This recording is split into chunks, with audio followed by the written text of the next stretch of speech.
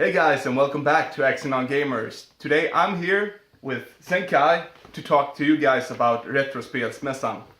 A expo, convention, or whatever you want to call it, where we had a lot of fun browsing games, meeting a bunch of people, and also buying games and gaming related stuff in general.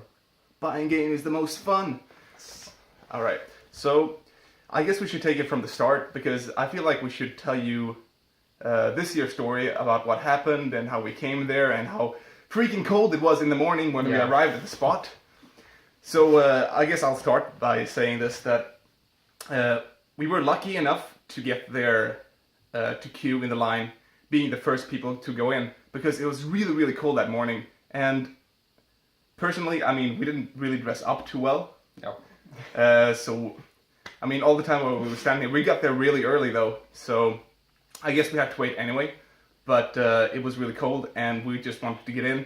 And the moment we got in, we started browsing all the games. Well, but what was so ironic about how, like, the reason I didn't dress too well for the occasion had to be that I knew that once we were about to get in and browse the games, I didn't want to have like a lot of clothes on me, right. And I knew it was going to be like very hot.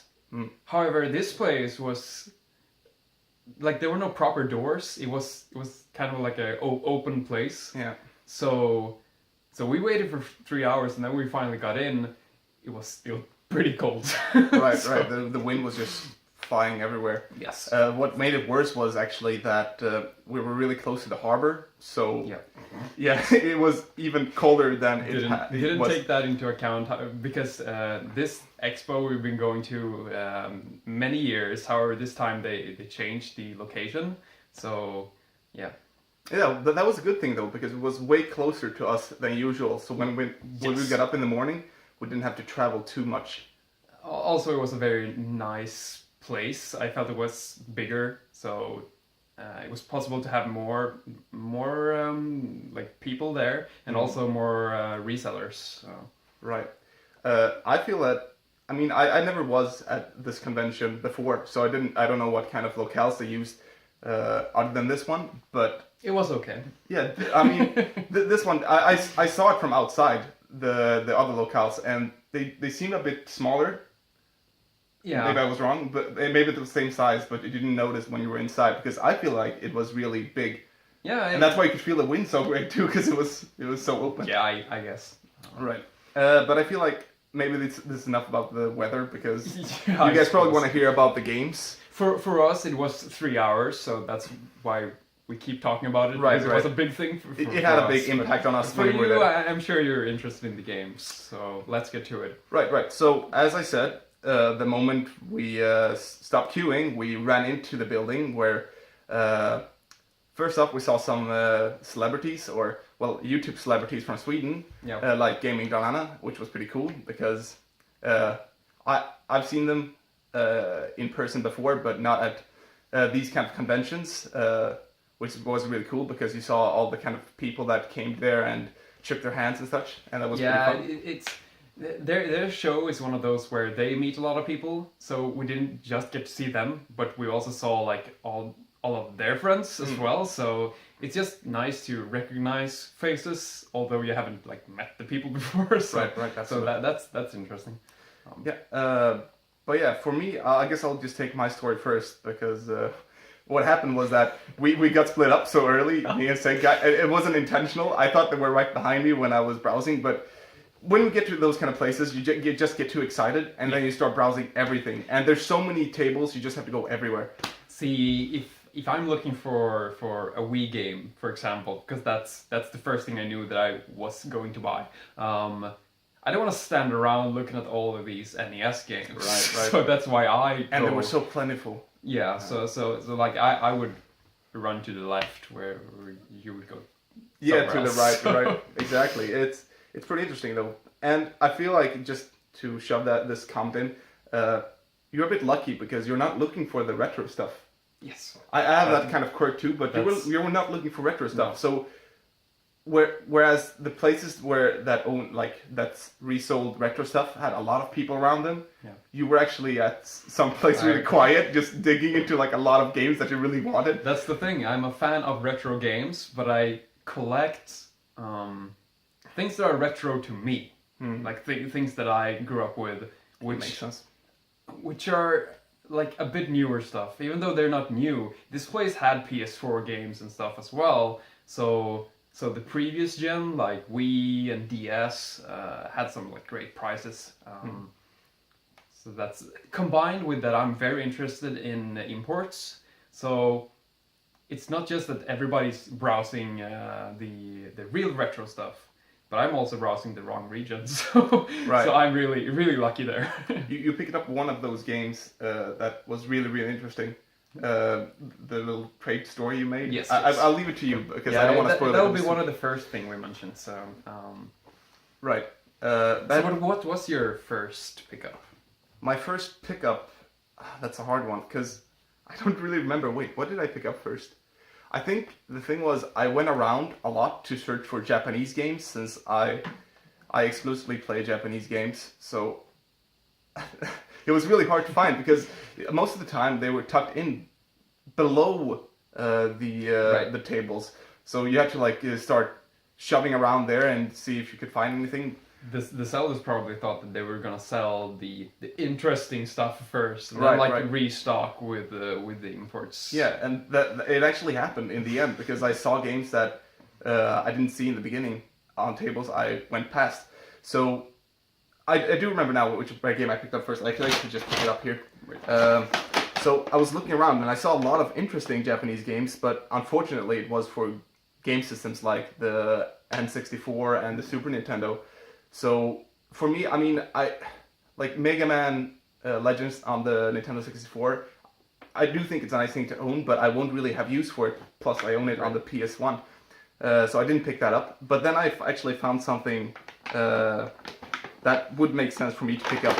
And this is a game I don't own in my collection yet. As you guys might know, I collect Sakura Taisen stuff, and this here is the Sakura Taisen puzzle game, the second game that came out on the Dreamcast. And not too long ago, I picked up a Sakura Wars themed Dreamcast, which me and Senkai are using to replay Sakura Wars. So I can introduce him to the game series.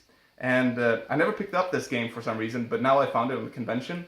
So I figured, why not? That's and like it was one of the last games you need in the collection. Right, exactly. That's really cool. Plus, I think 2 years ago when the last Retrospelsmässan took place, Senkai actually bought me 2 Sakura Wars titles that I didn't own, and that I added to my collection. So, and they were also on the Dreamcast, so I think it's a cool thing. Is this a sequel to the puzzle game on the Saturn? It is. Right. So it's strange, but they don't connect story-wise, but there is a lot of story in this one, and it's just like basically an upgrade. I'm not sure. We played it together. Yes. Which puzzle game could you compare it to? I guess it's, from what I remember, it was similar to Tetris Attack or Puyo Puyo. Yeah, with like where you combine colors. Which makes sense. It's also a Sega. Yes. properties. No, very much like Tetris Attack. Yeah. I believe. It's one of those like Pokemon Puzzle League challenge type of games. I think those kind of puzzle games are really fun. We never played too much of it. Unfortunately, this is one of those games that you just play once and you own. But I mean, since it has some story, there's some value to it, and I'm gonna play it sooner or later. Especially now for you. So that's... Right now that I own a Dreamcast, and I think once me and Senkai are maybe done with the first Sakura Wars games, we can just have a go at this one. Just try it out for fun. We played and finished the third game in the series a very long time ago. So like that's where I started, but you've been playing through the whole series. Right. So I think he should have a shot at it too. Yes. But anyway, that was my first game. Right. And if you want me to keep going, or should you take the next one? Let's take my first game. All right, go ahead. After that. So that was an interesting story, actually. I was going to meet some guys over there called Spel och sånt. They have a store. They sell games. They also have like a Facebook page, or rather Instagram. But yeah. So I've been following them for quite some time, but I never bought something from them. and they made this post where they said that if there's anything you find on our website, let us know and we'll bring it to the expo That's pretty cool. for you. So I did browse their website and I did find the game. However, I forgot to order it. Oh man! but they brought it anyway, and the game is custom Robo for Nintendo GameCube. Nice. And it's interesting because I grew up with the GameCube. This is one of my most nostalgic systems, and this game, because I bought most games on the GameCube because that was like the system I had. So I haven't missed a lot of experiences on the GameCube, but this was never released in Europe. Right. So I would read about it all the time in magazines and stuff, but it just never came out. So this is cool to have, and I will play it for sure eventually. I've been thinking about ordering a new like cable to increase the image quality on my GameCube, so I might wait for that. But still, this was only €6, I believe. It was very, very cheap.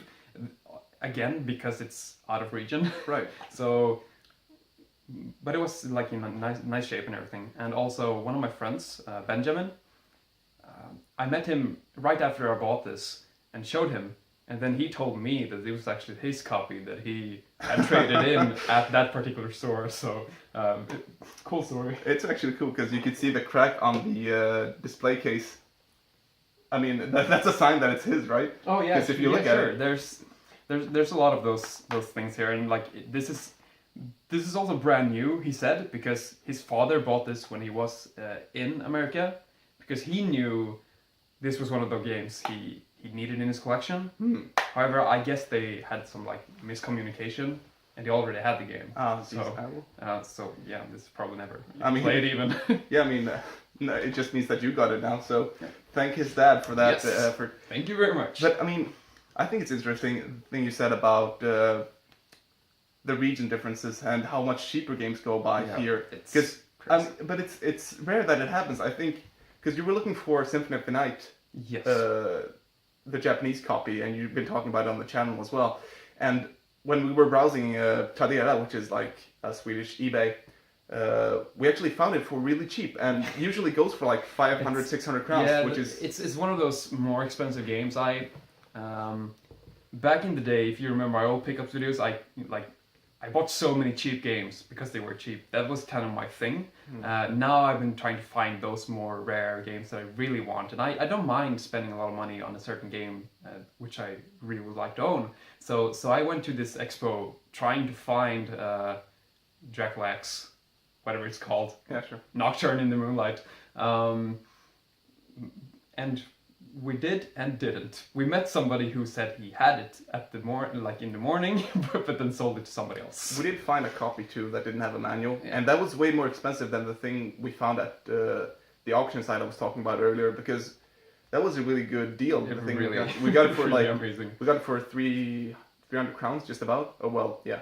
So it's like $30, which I think is a steal, because the copy we found over at Retrospelsmässan, which didn't have a manual, went for like, what was it, 50? 40? Yeah. So, yeah, a big difference. And it's fun to see that. I mean, I have no idea why. Probably because there isn't a market for people to buy that other has region to be, games. Yeah. But it's fun to find, especially if you're looking for it and you get it for cheap. I mean, it's just a good thing. It's a bonus for us who actually want it. For sure. And another fun note about, what's it called? Custom Robo? Yeah, exactly. I hear about it so often, but I keep mixing it up with Gacha Force all the time. Oh yeah, right. And I told you that on the convention too. Yeah, Gacha Force is another American exclusive GameCube game. Is it? So I guess I think so. I think I saw it here in Europe. That's why I keep mixing them up, because I think we have a really cool. I mean, that game has a really cool cover with a boy like jumping. Yeah, towards... the red cover. Yeah, exactly. The thing is, that's the other GameCube game I never had or played. So I guess that's next on the list. It's made by Capcom too, so it's really interesting. Yeah. Right. So I guess we should just keep going, because it's gonna drag out otherwise. Right. So the next game I found, you see, between me and Senkai, we almost have our exclusive consoles. So Senkai is a lot for the Super Nintendo, for example. I'm not too much for the Super Nintendo.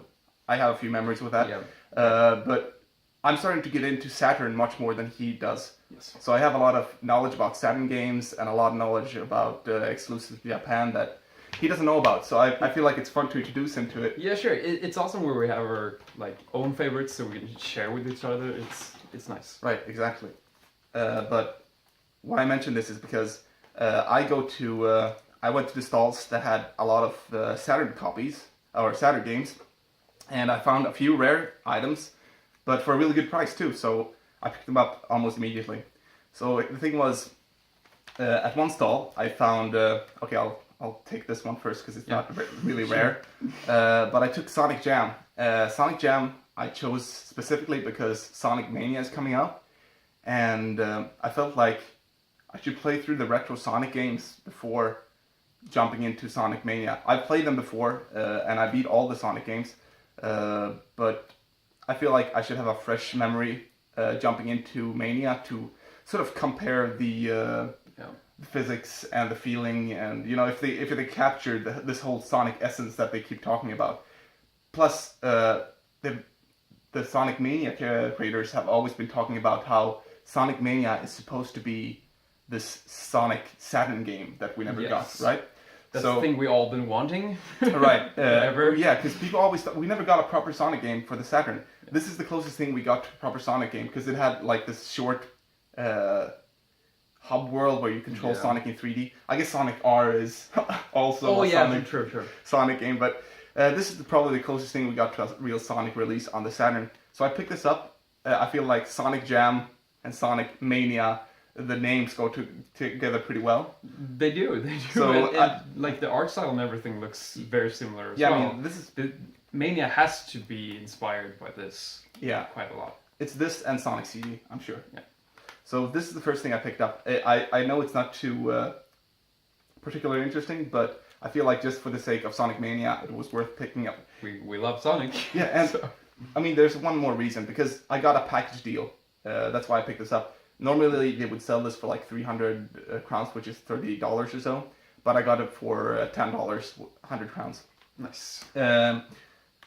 Combined with this then. So this is a KO2 Flying Squadron. It's a really rare side-scrolling game that released in Europe too, I think. But just Europe and Japan. And I haven't played much of it. The thing is, I'm just really interested to play it because it has really charming graphics and the music is supposed to be really good. And I guess, I'm not sure if people just talk a lot about it because it's rare. But it happens. Yeah, I know. And I really hope that's not the case. But when I played the first few levels on this, I really felt like this was a big effort from the team who made it, because you notice like small details in like the designs and the animation that it's going to be a good game.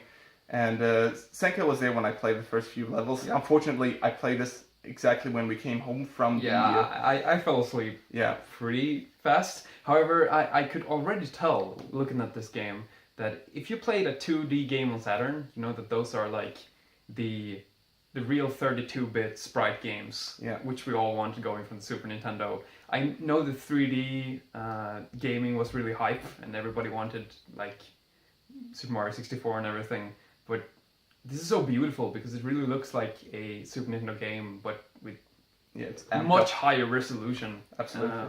I guess. I mean, I've always been really interested in 2D games on that generation's consoles because it's like the untapped potential mine, basically, because nobody goes there, but you could have done so much with it. I mean, I have a few favorites, which I'm going to get into really soon, because I have another game here which I want to talk about. That really showed that generation had a lot of potential for that. One of my and Senkai's favorite games of all time is Mega Man X4.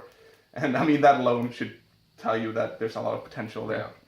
Yeah. That's like, if you think Super Nintendo, right, and then you think X4, right, and you know exactly what I'm talking about. It's a jump. Like, there's no joke about it. So that's why I'm really interested in 2D side-scrolling games for the Saturn, or just 2D games in general, because I mean, the pixel art is just on another level for these consoles. Right, I'm just gonna go to the last Saturn game that I bought. I bought this a bit later, not in the same stall, but I bought Silhouette Mirage, which is another really sought-after Saturn title. It's also on the PS1. The reason why I wanted it for Saturn was purely because I just wanted more games for the Saturn, and I feel like, yeah, I mean, it's sort of quirky enough to be on the Saturn, you know, because Saturn feels like a very unique console, so it deserves the most unique games. It has a great library of games in Japan, but I also get the feeling that if you find something for the console that you really like, yeah, you wanted more. Just on want that. to get it. Right. Right. I'm not sure how it performs in comparison to the PS1. I know there's differences with one performs better, but because of that, the other system got an extra level or something. Oh So yeah, there's a lot of that. Yeah, so I don't. It's just like Mega Man 8, basically. Yeah, I bought this up because it was made by Treasure, and for you guys who don't know who Treasure is, it's the guys who made two of my favorite action games. It's Mischief Makers, and I like personally Advanced War Heroes. Oh, sorry, wait. Guardian Heroes? Gunstar Advanced Heroes. What's it? God, I can't remember the name now. Jeez, the Game Boy Advance version of Gunstar Heroes. Gunstar Hero, yeah. But is it Advanced Heroes? Yeah, it's called different in different regions. So it's called Super Heroes in one and then Advanced Heroes in the other. I don't remember, but I played that game to death when I was younger. Right next to other GBA classics, in my opinion, like Kingdom Hearts. Chain of Memories, and That's a good one. And Dragon Ball Advance Adventure. So, I mean, I just know that Treasure makes really great games, and this game seems to me to be one of those Treasure titles that really pushes like the gameplay to another level. So it's really fast and it's really crazy. If anybody can do that, that's Treasure. And then also our we just talked about 32-bit sprite games, right? And if I would have one company make one of those games like X4, that would have to be Treasure. Yeah, there's something special about Treasure. Yes. They made Guardian Heroes. Okay, you said that before, right? Yeah. So and they made that for Saturn too. So that's a good comparison. But I feel like there's something about, because they're really good at particle effects and like the feeling you get from like hurting an enemy or like shooting something. You know, that explosion kind of feel, and like you really feel like all the effects that are going on the screen. So it's absolutely. The feedback is good. Yeah, exactly. Feedback. Thank you. That's the word I'm looking for. Treasure reminds me of Platinum Games last generation. Right. Where they came up with all these new ideas like Vanquish and Bayonetta, and they really did great games. That's a really good comparison. I never thought of that, but all right, I'll keep it in mind for next time because that's true. Treasure is like the older sibling of Platinum Games, in a way. Actually, yes. In a way, for sure. And then they had this, like I said, last generation Platinum Games is because I don't think they've done as many great games recently. However, then we had the masterpiece that was Nier Automata. Great game. I mean, it's a turning point for them. Maybe they'll get there. Let's move on. So I mentioned that I was gonna buy a game for the Nintendo Wii, and like I was pretty confident I would find it because it's not a very rare game. But that I actually found it like a North American copy of the game that was very like I didn't think I would do that. So it's funny. The game is Trauma Center Second Opinion. Also, the guy I mentioned, Benjamin, this was a recommendation of his. So we've been talking recently, and he said that you should definitely get this game if you can. As you might know, I recently finished Persona 5, and so I'm stoked to hear more Shoji Meguro music. So that's hype too, and I think the cover here is really nice.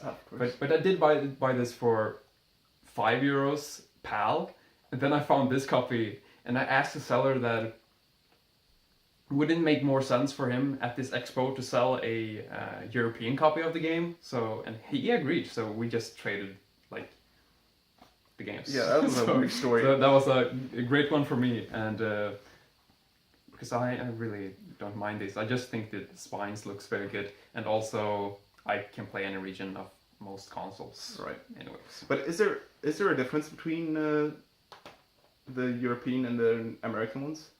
Like in essence, like if you put the game in, like the Wii games. Yeah. The Wii games, like early Wii games, actually, back when 50 Hertz still was a thing, suffered from that. And this is a very early Wii game, so of course, there's a possibility, yes, that this is the better version. I'm not too sure though, but yes. Sure. I remember Mad World was an example. That was a very early game. Yeah. That suffered from like slower gameplay in Europe. That's real odd. You wouldn't think of it because it's part of that generation where they stopped doing that. Yes. All right, cool. But yeah, definitely. I mean, I would have picked up if I was to collect all of those, and I were in your shoes. Then I'd probably pick up the American ones too because Trauma Team is exclusive, and so you probably want to have like the complete American collection. Another game in the series that never came out here. So. Right. So more Meguro music. Yes. For America. I already started listening to the soundtrack. Oh man. When Benjamin first mentioned the game, and it sounds a lot like Persona 3. Oh, good. Very much like. I know Persona what I 3. was into tonight, for sure. All right, cool. But yeah, you also said that there was a lot of story in that game. So yeah, sure. It's supposed to be an 8 to 10 hour visual novel style game. The hours depending on which difficulty you play, I guess, because it's a very hard game. I might play it on the easy difficulty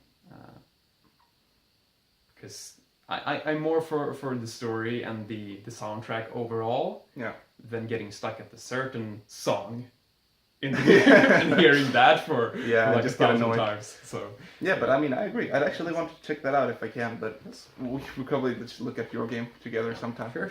All right, cool. Yeah, so my next game, actually I wouldn't want to go with a game now because I want to show you guys something else.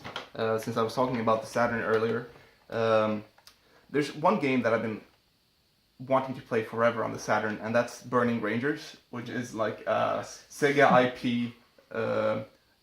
It is first party, I believe, game that they made. Yeah, it's a first party Sega game on the Saturn that is rarely talked about. But here's the catch with that, because the first time I got to know about the Saturn was at we had a local mart here in Sweden called the Jöfab. It was way long ago. Yeah, you notice his reaction. It's a long time ago. Right. This was way before, like even before the Dreamcast was up. The first time I laid my eyes on the Dreamcast was actually in Jöfab. But shit. So that's like 20 years ago. Yeah, it was a really long time ago. And the first games I saw, I went to Jöfab just because there's a person me and Senkai knew back then called Elias. Yes. And Elias had been playing emulators in front of me for the longest time. And he showed me that really bad Sonic hack on the Super Nintendo. Do you remember? Oh god. Right, the one where Mario says his own name? Yeah, no, he says Sonic. He's like, Sonic! Alright, but it's basically like a really bad edit of Speedy Gonzales for the Super Nintendo when they just put Sonic in there, and then they pass it off as a Sonic game. Oh. But since I was so young, I was like, whoa, there's a Sonic game on the Super Nintendo! So I ran out, asked my parents if they could drive me to the local mart just to see if they had it in, because I thought this was an actual thing. Like, you know, you could buy it in the stores, because it's on an emulator, so obviously... Yeah, sure. It's like Mario RPG. I thought you could buy it too, but lo and behold, you couldn't here in Europe.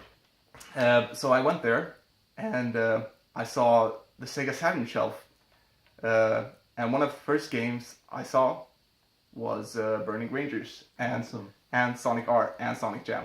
So I saw all of those games. So I guess I saw all the best, most of the best Saturn games at one time. But yeah, so the first game I laid my eye on Saturn was that, and then sometime later, I actually went to Elias's place and he was playing it. Like he was playing Burning Rangers. Awesome. And I thought it looked really, really awesome. And I still have some memories, like some pictures of it in my mind. But to play that game to its optimal, what do you call it? Like, yeah, the best way possible you could play it would be with the Saturn 3D controller, which looks like this. It's so cool because it reminds me so much of the Dreamcast controller. It is like a beta Dreamcast controller, but it just feels much better. I mean, you probably held it before. Yeah, but it's interesting because the Dreamcast and the Xbox original Duke controller is one of these which only have one trigger button. Right. And I hold my controllers like this. So this is another one of those where there's just a bunch of plastic here you feel for me to feel comfortable with. So it just feels great to hold this one. I mean, I personally play like this. Yeah, most people do. But I think these parts has to be intentional somehow. Yeah, I mean, Like, Now that you mention it, they do feel nice to hold like this. But my favorite part of this controller is actually the analog stick, which is like it bounces back. It's like the GameCube controller. Yeah, it also reminds me of the circle pad on the 3DS. Right. Yeah, but it just For a bit. right, but it feels a bit bouncier. That's the thing. I guess it's because it's bigger. It feels. I guess. I like the feeling of this. The problem is though that this is not compatible with all Sega Saturn games, which is a shame. That's too bad.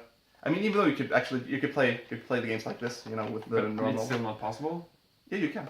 Oh, But you can't use the right, 3D stick. But you can use it for every game otherwise. Right, sure. Good. But yeah, so that's the only downside with this controller because it feels really great otherwise. I mean, I would probably play most games on the Saturn with this controller over the regular ones. I was it feels heavy. I was gonna mention that I have so fond memories of playing Grandia 2 on Dreamcast, and I remember like the controller especially felt so nice. Thinking about that with my memories of the game, so replaying Grandia 1 on the Saturn would have been the exact yeah, I would same love thing. to do that with that controller. Yeah, I mean, don't you have it about here somewhere? Yeah, I have it over there. Yeah, there. Yes. Grandia. Cool. All right, so I got that as a gift actually. So from Kent. Right. Eldon, Yeah. that's his nickname. It's one of the guys who were with us at this expo, and he also gifted me a game as well. So let's talk about that one.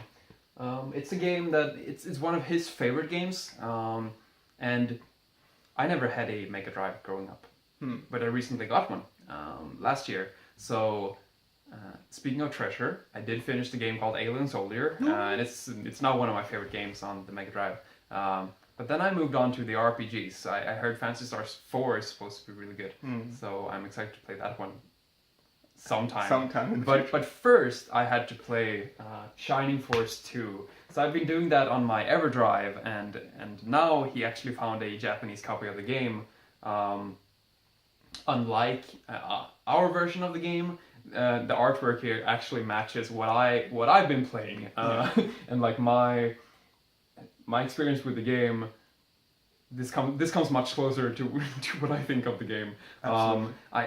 Since I never grew up with the Mega Drive, I really don't have any nostalgic value with like the Americanized covers. I know a lot of people are nostalgic about those, like Golden Axe, looking like Conan. Yeah, they look way more realistic. Stuff like that. But Shining Force 2 is a game I really enjoyed, so this is cool to have. Because like that's something I used to do with my old pickups videos here. I got games that I played patched, or like games I downloaded and played. I bought them afterward. They just feels and looks so much closer to my experience with the games. So this is one I really like to have in my collection. So. Right. I mean, there's that. It also came with a map and everything. So it's nice to see a game almost like 20-25 years old, complete and in such good condition. Yeah, it's really good condition. But that's the thing about Saturn cases. Mega Drive cases. Yeah. They're always in really good condition. Yeah, or not always, but I mean most of the time. Because if you sure. compare with like Super Nintendo, Super Nintendo is just like broken to pieces. Same thing with like Game Boy and everything. Like even more recent things that have like. What would you call it? Card box? Yeah, cardboard. Cardboard, boxes. sorry. Yeah. Cardboard box. People get less careful with things over the years, combined with like the boxes being smaller. I know the Japanese Game Boy Advance cases, if you find those over here, I mean in Japan they keep the games in real good condition. Yeah. But if you find the Japanese like those small cases, they're usually not very good shape. Right. I got one of those actually, so let's show that one right away. I bought this game. This is yes, the title will be Dragon Quest Heroes Rocket Slime. Is it called Heroes? So I never knew. The DS game is so there's one of these where you play as a slime made by Alpha Dream, the creators behind the Mario and Luigi series, for the DS. And this, I suppose, is a prequel. It's the first game. You can just briefly take a look at the title there and see. It's called Slime Mori Mori Dragon Quest. Dragon Quest it's called the Shogeki no Shippodan. Right. It's like Crashing Tail. I see. Crashing Tail group. I don't know if that's what it's supposed to mean, Well, but if it's a crashing group, I guess Rocket Slime was a yeah. So great Rocket localization. Slime is probably but Slime Mori Mori. Yeah, that's what it's called, I guess. Great. If you want to make it short. This was a good price, and I love Alpha Dream. And while I haven't played the game on the DS yet, which I got from Mike Aerodynamish, so that's still very precious to me, and I will play it soon. I hope. I just thought that this is a great. If I end up really liking that game, I thought picking this up right now was a good idea. So, yeah. And when has Alpha Dream ever failed? Never. Except for Mario and Luigi 2. Oh my God, the game is not as good as people say, huh? It's good. Okay, good. I know. I'm just kidding. The thing is, I didn't have good memories of it when I was a kid, but I know it's better than I remember it. So. No one agrees with me, but I believe that's one of the few series where every single game got better until Paper Yam, which is not a numbered entry. Which is not as good as Dream Team, but like I said, it's not a numbered entry. So. Yes, that's how we probably that's how we made it happen. This is how it works. Yes. Yeah. Okay. Good. Good. Our theory works. All right. So since you speaking of Mario. Yes, I'm just gonna turn this upside down first because Mario upside down is Wario. Oh my God, jeez guys, let me show you my Game Boy Advance game. I just love Wario Land 4. In Japan, it's called Wario Land Advance, which I feel is a way better name because it's a bit standalone because all the older games were on the Game Boy, and they could be lumped this together. is not very similar to those, right? It's much different. There's the thing, because all the Wario Land games are pretty different from each other. Right. But this one more so than all the others, because I feel like this game, it's made by the same team who made Metroid Fusion, so the graphics are way above any other like Game Boy Advance game you can find. And this is an early Game Boy Advance game too, so it doesn't have that weird lightning correction thing where it's like the sprites are too. If you play it on an emulator or like on the TV or something, it won't really look bad because it will look like the colors will look good. They didn't realize the lack of brightness. Yeah, exactly. before they made it. Like, so this is a great Game Boy Advance SP game and a great Game Boy Micro game. So for anybody who's interested in that, you should play this game. I actually played that game recently on my AGS 101 SP, the one with the better brightness levels. Right. It looks really good. Yeah, great. Because I only played this on my really old Game Boy Advance. I got this really early too. So, but I remember I played this to 100%. I got everything, and like everything from the music and the graphics is top notch. Like nothing about this screams 16-bit. It's more like a 32-bit. thing. Yeah, definitely. And that's the whole idea of the console. I think that it was supposed to be a 32-bit thing, and then they ported a lot of 16-bit games for whatever reason. But the quality we were talking about earlier with 32-bit games, like those Saturn games and Rockman X4, I think like playing, say, Battle Network 3. Yeah. I think that's much closer to a 32-bit game. I feel so too. There's something about like the amount of detail they could squeeze in each sprite and the animation. But really good game. The last thing I mentioned about the sound is actually that a lot of this feels like they, instead of like composing the music with like the sound chip from the GBA or whatever, right? It feels like they imported the sound from something else. You know what I mean? Yes. Because they have a lot of voice samples and everything going same on. with WarioWare. Right, exactly. So if you play WarioWare, you get an idea, like Mona's Pizza. Yeah, the song sounds like much better than many other games. Yeah, so. Very cool game, great art, great also game. Also made by Treasure, no? No, it's made by Nintendo's internal development team. The guys who made Metroid Fusion. I know the Wario game on GameCube was by Treasure. Yeah, exactly. There was a Wario game. I should pick that up because I love Wario and I love Treasure, so... But I never did. Anyway, that's my Game Boy Advance game. If you want to keep going. Yeah, let's see. I don't have a lot more to show you guys. I got two more things. But then we should balance out. We should be good. This is one of the first thing I got actually from you. So thank you very much. No problem. But you found this like when we split up at the beginning of the expo. You found this. Right. I never saw it because you bought it. but this is a figure or a statue of Bardock from Dragon Ball Z. And I would say Dragon Ball Z because I grew up with just Dragon Ball. Mm-hmm. that was like the name of the original manga. Sure, but just for the sake of localization, we're saying now Dragon Ball Z. now I've been playing Xenoverse, and I've been like collecting Dragon Ball for a long time and getting into these more side stories because I'm really just what I know most of is like the original manga, and this character, which is like Goku's father. He's from one of the side. Oh yeah, he's exclusive to the movies and stuff. Yeah, I mean, so this is cool because I'm in the most recent like 2 or 3 years I've been very into this stuff, and I think this pose here as well. It's very cool. Yeah, really, really the cool. detail for such a. I mean, it was a relatively cheap figure. I think it's one of those price figures you get. Oh, nice. But I mean, either it's because Akira Toriyama's designs are so good to reconvert into 3D that it looks so good, or it's just like they put some effort into it. But it's really a really cool figure. Yeah, it's amazing. But I really wish I could just make a panorama scene with your room, because the reason why I bought that for you is because you have so many Dragon Ball figures. Like if we could just like pan the camera a bit, you'd see it, because like over there there's Dragon Ball figures, over there there's Dragon Ball figures. It's like I'll do that soon enough. It's really cool though. But yeah, that's not a promise, but I will. It's a cool figure though, and I mean you can pretend it's Goku if you don't know Dragon Ball Z. If Goku was evil and worked for Frieza, this is what his story did. Can you imagine like Black Goku is actually a thing now? Oh god, no. Well, I mean, yes, it was a cool arc, but all right, yeah, I can. But that's a weird thing that happened. Yeah, sure. All right, should I keep going now then? Yes. It's a real shame because I forgot one game actually, but since we had 2 things to show each now, I guess that's all right. We went by a vendor, and Senkai bought me 2 gifts, which was really cool of him. One was a PS1 game that my friend has been nagging me to play all the time, which I can't show you now because I don't have it, but I'll tell you by name. It's Azure Dream, or Azure Stream, right?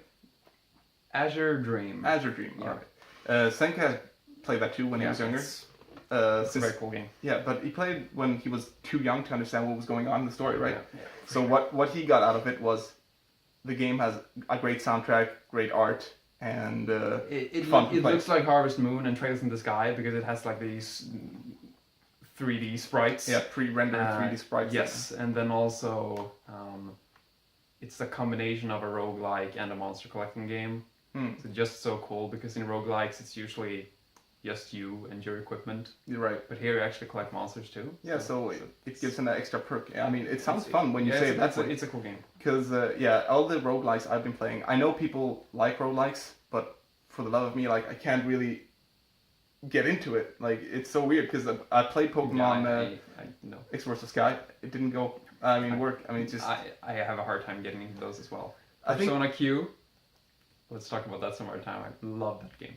Is that a roguelike? It is a roguelike. It's a first-person dungeon crawler. Yeah, okay, so that's... I guess that's where you draw the line, because all these roguelikes feel the same way, like the item management and everything. It feels like you just reskin the game, you know? Yeah, I know. This is the only game that I actually feel like doesn't do that. Yeah, this is much like Trails in the Sky. It's a like semi-top-down view. What's it called? Isometric? Yeah. Yeah. So... but yeah, there's one game that actually looks a lot like Azure Stream on the PSP and the PS3. Right. And they're both made by Nipponichi. Oh. It's the On Losing Ranger, the HP. Oh, yeah. I heard a lot about that. So I played that, and that felt real good for a roguelike, actually. Actually, I can play that and feel like this is fun. Nice. And then there's a semi-sequel to that, which I can't remember the name of, but it's on the PS3.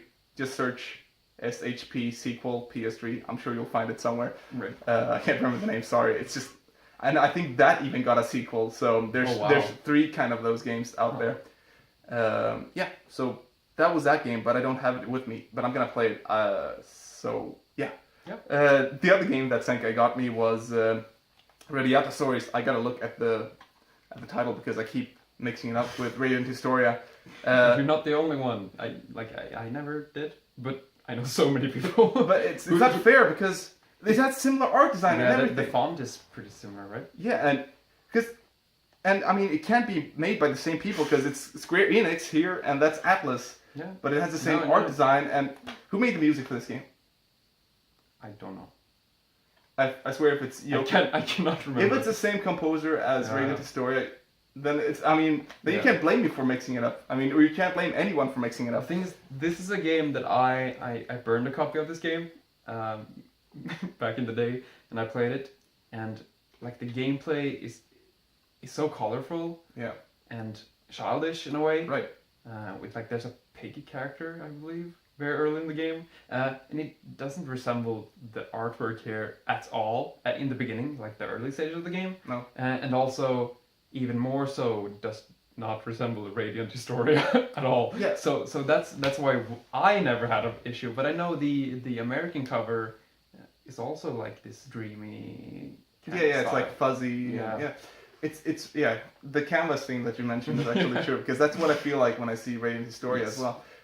But The big eyes. yeah, and but everything. I mean, I'm gonna do this, and you guys gonna see the big eyes, and you're gonna know what I'm talking about.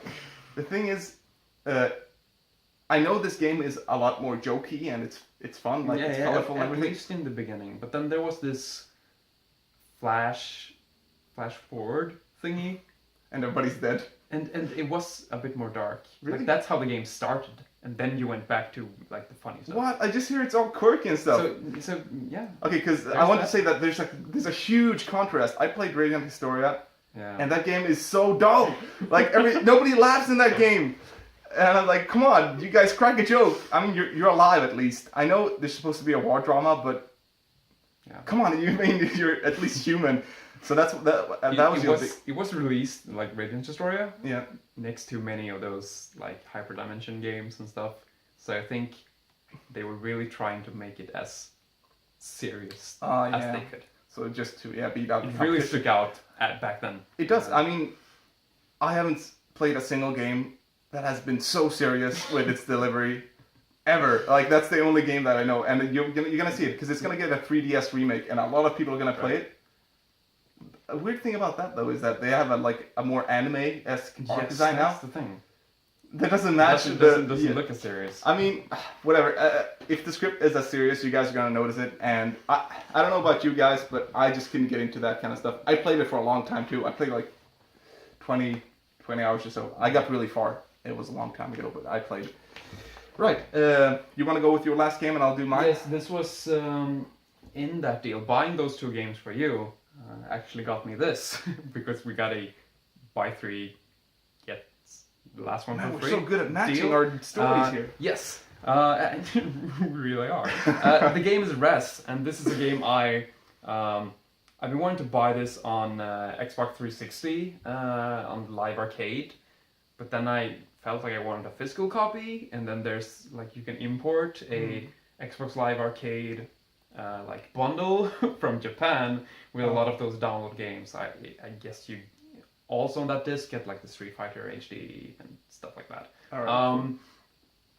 Correct me if I'm wrong, but this was like a nice opportunity for me to actually get it physical and then finally buying this game because I've been waiting on that for too long, and this, like I said, was a good price. So. Wait, what was it? Because this was the first game on the Dreamcast. What was it? I think it's the same game, and It's they, just port. and they just like put it out for everything. All It's right. just super expensive on the Dreamcast because it's probably the best version or the most collectible, I guess. Yeah, by that point it's not worth it. Yeah, it's whatever. And then on in the 360, which like uppers graphics. Yeah. Breast. Up-res. So yeah, this is one of those blue disky games though. So I'm It's not really early. too sure if I can play this. I haven't tried. My PS2 had issues with those the last time I tried, but I mean PS2s. It's about time we get new PS2s anyway. Yeah. Both of us. Yeah, I don't even have one now, so I gotta get one to play Radiant Historia. Yeah. Wait, what did I say? Radiant Historia. Was that right? No. Radiant Stories. Oh my god. All right. Oh, good. Shit. So Two yeah. things here. Yeah. I want to mention that CD looked slick as fuck. Yeah. Gotta mention that because The- that CD looked the really art? good. Yeah, just the cover on the CD. Yes. It's That's the something thing, about the if orange you and the look black. at this cover, it's not that stylish. I mean, it's okay.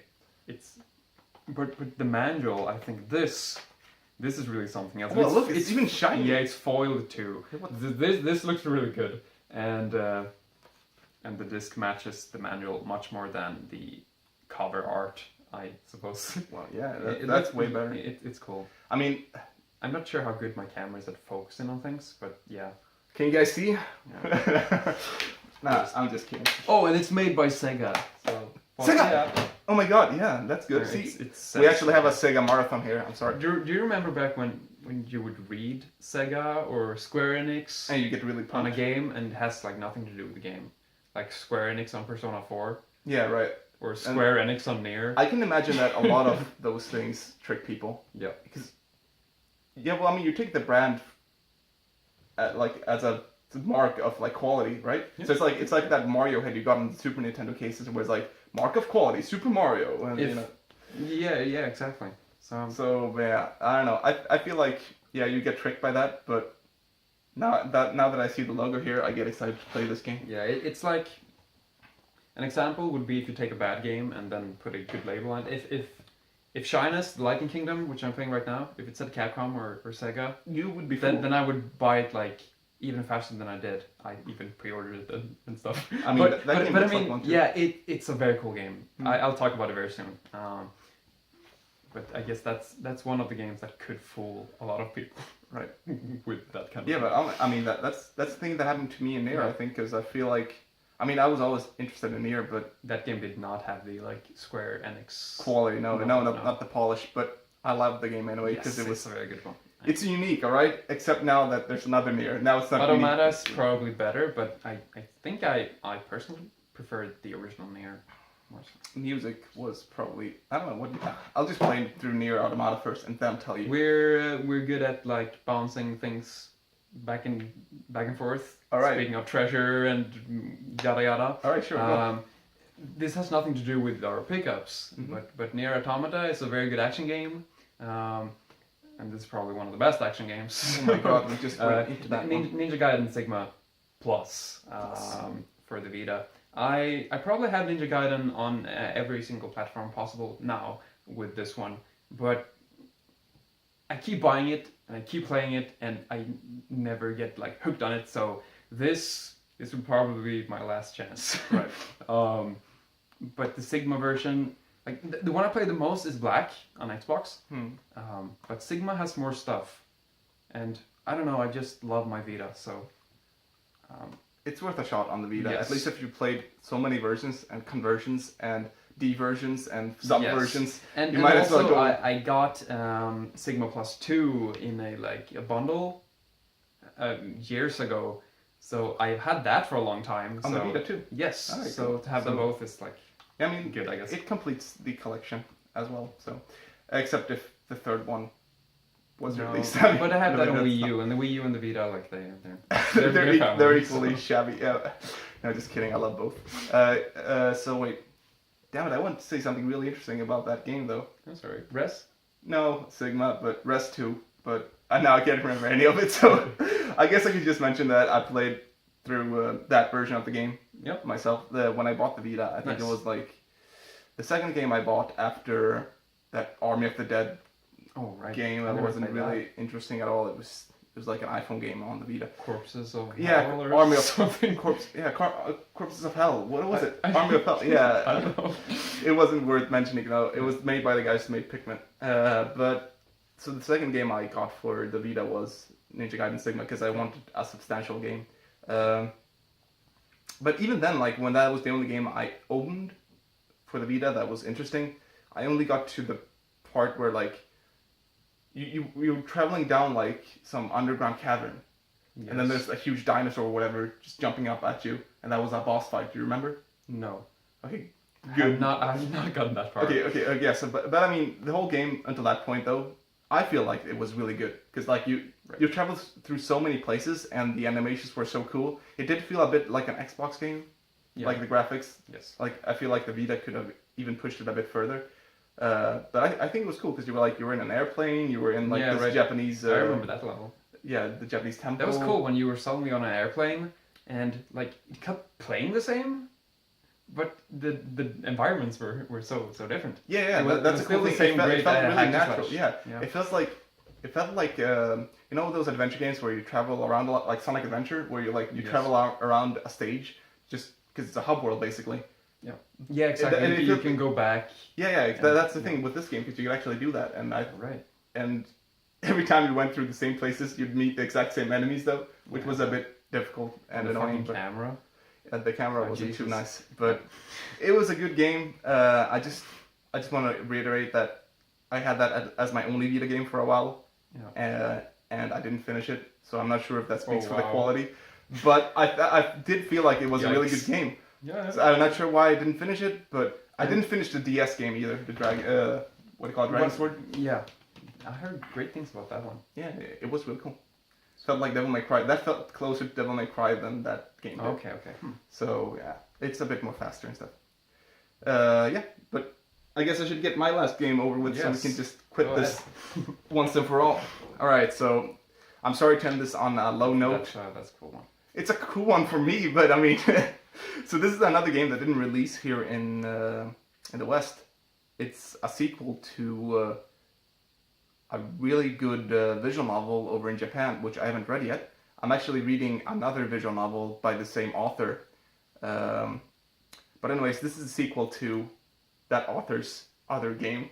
Right. Wow, this Called? start. It's called.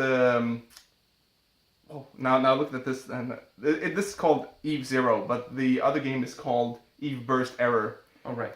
Eve Burst Error it's said to be one of the really best visual novels out there. It's like a crime drama. And that one's on Saturn, right? It was on Saturn. Okay. The interesting detail about these games is that you play as two protagonists. So basically, you have two CDs, and Wow. it's like Resident Evil 2 basically. Yes. So I was gonna mention yeah, that. so you have one detective story on one CD, and then the other detective story on another, and then they combine in the end, basically. Oh, that's awesome. I love those stories.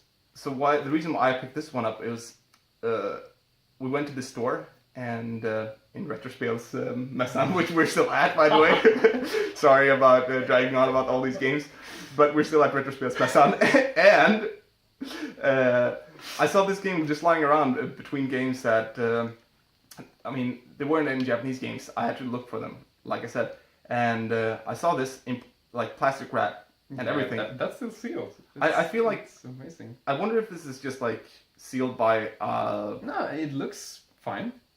I'm not sure if it's official or not, but it's cool anyway. So I saw this seal, and it's all foiled, like just like the res manual. And like, wow, I've been looking for this game because it's a sequel to that other game from that author whose other story I'm reading right now. So I'm like, okay, so I gotta check out what the price is. And the guy comes up to me and I'm like, this is probably gonna cost me like $100 or something because it's golden. Like, how can it not be really expensive? It's golden, it's sealed. And it's rare, I guess. it is rare on eBay. Like, Yeah. it goes for a good price. And the guy picks it up like this. He's like, $10. I'm like, what the fuck? And then I picked it up. But yeah, so I'm just happy to have this because I've been looking into getting more Dreamcast games since I bought the Dreamcast to play with Kevin, Senkai. What do you want to be called by me? Yeah, it's fine. You can be Mario, and I can be whatever. You can be Luigi Mario. Yeah, sure. All right, so I picked that up, and I just want to mention briefly, there was another fun story which I forgot to mention about Silhouette Mirage. Silhouette Mirage I bought in the same store as this visual novel. Yeah. And I had bought some gifts, aside from that Bardock figure, for my other friend, and I bought him one of those Shovel Knight amiibos. Oh, yeah, right. But it turns out he already owned that amiibo.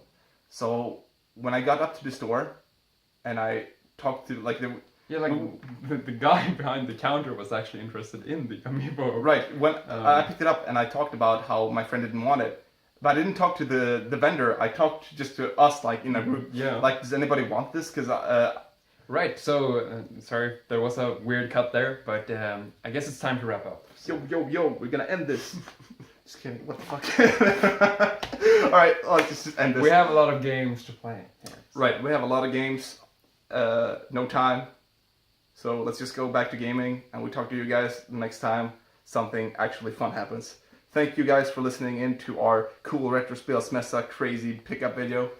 Yes, a little bit of weather, a little bit of gaming, and a little bit of games. So. Tomorrow on the Weathers channel, there won't be cold weather, so please stand by till next time. Until then, Get gaming! Woo!